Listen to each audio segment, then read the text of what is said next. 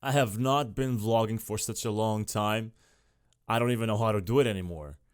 And I keep saying this vlog after vlog, after promising that I will keep one vlog each week. I find it hard to come up with things to talk about sometimes, and sometimes just other things get in the way and I run out of time to just record a vlog. But it's not too hard, is it, Sparrow?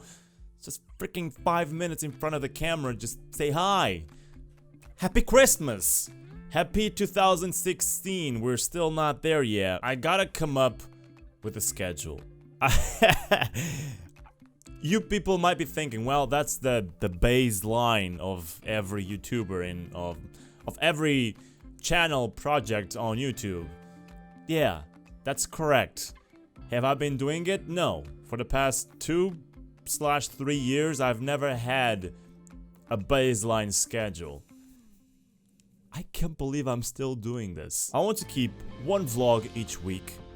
Okay, that's something I already wanted, but I've been failing to complete. Hope I can do it now. Another thing that I want to keep at one per week, sometimes more if justified, is my first look series, which for the people that are new around here and don't know, it's sort of a laid-back review on new games. I am not planning to release that on a certain day, because sometimes games release on a Friday, sometimes they release on a Tuesday. I will keep it at one per week, sometimes more. I don't think I will go over 2 games for first look series in a week. You know how I feel about first look series. Even though it's a first look and it's not intended to be an in-depth review with no scores, I still like to know what I'm talking about, and I don't like to misinform people. I would say I want a third series going on all the time, and that is the series that I want to keep on my channel for 1 video a day, maybe 1 video each 2 days, depending on what game it is. And it really is gonna depend what game that is. Right now, I guess you would assume that you know, Fallout is the current series that I'm using my time on. So that would be right now the main series on my channel. That would be my Let's Play series. It can be Fallout. When I'm done with Fallout, which will happen really soon, I will change to something else. Now there is another one which I want to keep monthly. And why monthly? It's about the lead drops, which I gotta make a new video about. Lead drops, for the people that don't know, is a project that throws games at people each month for a subscription price. And I'm involved with that project in a sense that I have a code and I'm sponsored by them.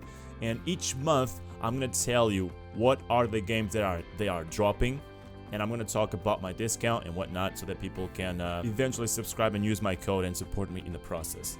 At the same time, that video, that monthly video, will also have a giveaway, because the lead drop guys always send me something like 3 games on their drop, and I will not ever have the time to play all the games that they send me together with the games that I get from other platforms and whatnot. So I will eventually give away 1 of those games, maybe even more, because I don't think I will have ever the time to play any of them. There are series that I will always get back to, something like Lakeview Cabin, which it's gonna have its last episode released soon, hopefully in December, start of 2016. I'm not sure how they're gonna do it. So that would force me to have 2 Let's Play at the same time. Imagine that I was playing still Fallout 4 and Lakeview Cabin would release its episode in the meantime. I would have to have those 2 Let's Plays running, but that doesn't mean I would not have a vlog and a first look on a week. I need to have them still. Ark is another game that I will eventually always get back to. I know there's a lot of people on the channel that expect me to keep releasing Ark, and I will keep getting back to it eventually. And I would say that's the baseline.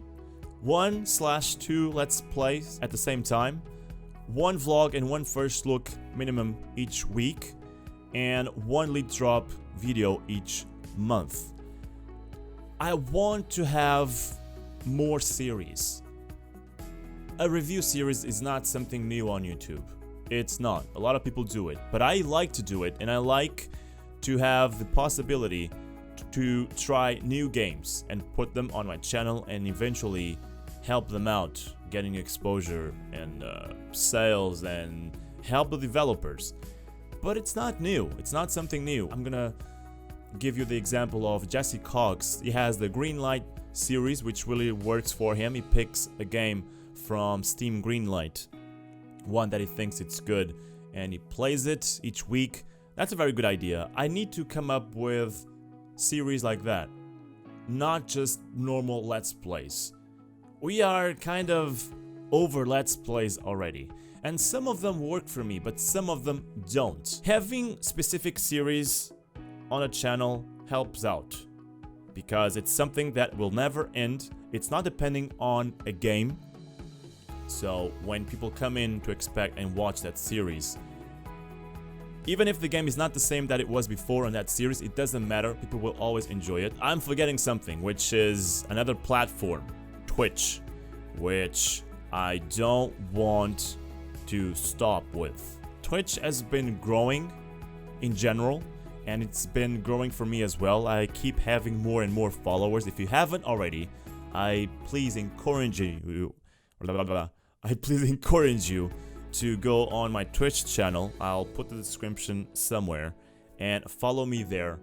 It's not like I'm ever gonna change from a YouTuber to a streamer, but let's face it, if by any chance in the future YouTube doesn't work for me, there's always Twitch, and I'm trying to do probably the most difficult thing ever, which is keeping two platforms balanced. Even though obviously I'm bigger on YouTube right now than I am on Twitch, but I'm still working hard on Twitch. I stream 3 days a week, Wednesday, Thursday, and Friday, if you don't know, and I keep streaming for 7 to 8 hours a day on those days, starting from 10 a.m.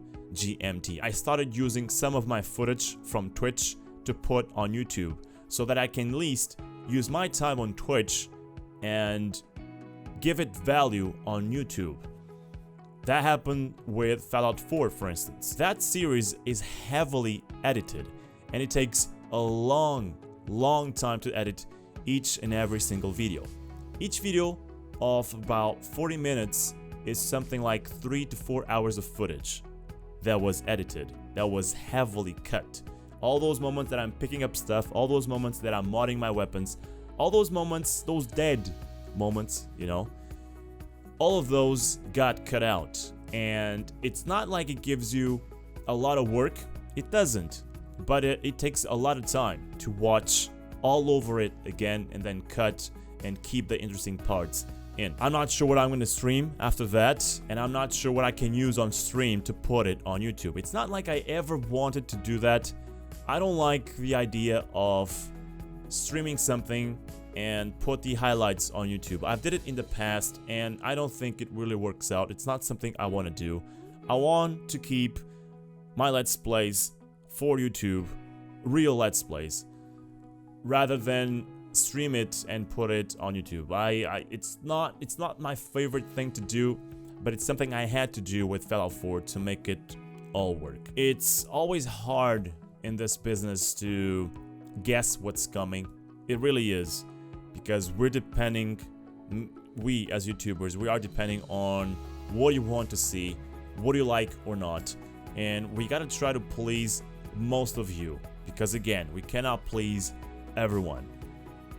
At the very least though, the 40-ish thousand of you guys out there, I really hope you keep supporting me though, whatever game I put on YouTube, whatever series I launch on YouTube. The other topic that I wanted to talk about, but I think I won't talk any further because it's been 20 minutes now, was the Gaming Awards. You're making a show for gamers. You're making a show for, and don't take this as an offense, for nerds. We are somewhat nerds. We have a huge nerd side, whether you want it or not.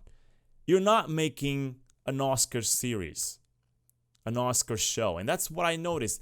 They seem to have been trying to please people that are not gamers. Focus on gamers. That's the people that you want to please. That's the people who are you making the show for. And I noticed in so many times, so many cringe moments. But so many, sometimes it was really, really hard to watch. Not to mention ads. Now, there's two things I want to say about ads. There were too many. Yeah, there were a lot of ads that I wished I would have never seen. These shows cost money. A lot of money. That was a big place that they rented to have the show on. And there were a lot of people over there working for it. And there were a lot of guests that certainly also got paid. And this is where it takes a turn. You don't need to have Dead Ma there. You don't need to have famous musicians casting or playing a concert in the show. You don't.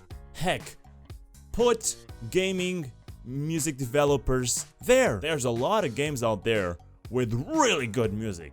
Why didn't you put some of those people there playing their music that they used to play for the games, that they normally make for the games? I think that would be much more appropriate than having a band that almost barely anyone knows. The winners are what they are, and they could have been different. If there's one winner that I really want to speak about, and I think it was totally deserved. It was totally deserved. The Witcher 3. Goddamn, that game is awesome. Goddamn, CD Projekt really, really deserved it. Those guys are awesome. One of the most nicest people I've ever had the pleasure to meet in EGX back in the days. Not only they're awesome developers, but their game is a masterpiece. And I want to say something that I'm really ashamed of. It's so hard to say this. I didn't finish the game. I like challenges. What can I do? And I chose the hardest difficulty for Witcher 3, which took a lot of time to go through. And that's one of the reasons, most likely, that I never finished it, because it took me so long to play throughout the battles and whatnot that, you know, there's this lifespan of the game. And if you choose the hardest difficulty, it increases by a lot, to the point where I wouldn't say I was not having fun, but the game was not new anymore to me, and I didn't finish Witcher 3. We had winners that were announced in a little thumb that would show up in the bottom left corner of the screen. Why? What the heck? Increase the time of the show, and we don't need spectacular, costly, expensive things happening no more. Those interviews that would show up with Justine on the Star Wars Battlefront little section. Come on. For real? For real, EA? It's not enough that you destroy a franchise, you destroy a game, which is Battlefront. I'm not even getting into why EA destroyed that game. You must know.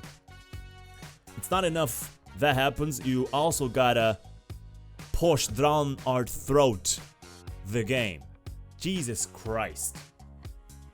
Sometimes it makes me sad that gaming really became a business more than anything else. But I have hopes. Some things give me hopes. Some things like Witcher 3 and CD Projekt getting 2 prizes in this Game Awards show, that gaming is still a great thing. Other than just business, other than just money, other than just sales. Have a great week, have a nice Monday, and make it work and play games at night with your lovely wife, or girlfriend, or friend, or family. Why not? My name has been The Sparrow's Journey, and I will see you on the next one. Bye bye.